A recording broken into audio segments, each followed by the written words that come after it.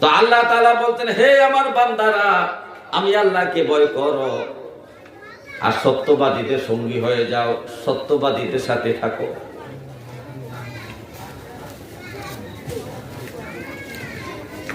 এই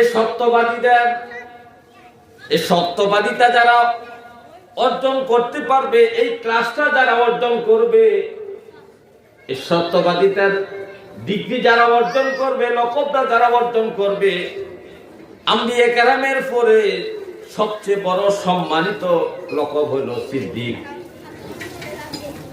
সারা পৃথিবীতে মুহাম্মদ সাল্লাল্লাহু আলাইহি ওয়াসাল্লামের উম্মতের মধ্যে যারা সত্যবাদী হবেন, এই সমস্ত সিদ্দিকদের, সমস্ত সত্যবাদীদের নেতা হইল হযরত আবু বকর সিদ্দিক রাদিয়াল্লাহু তাআলা আনহু। সমস্ত সিদ্দিকদের সর্দার।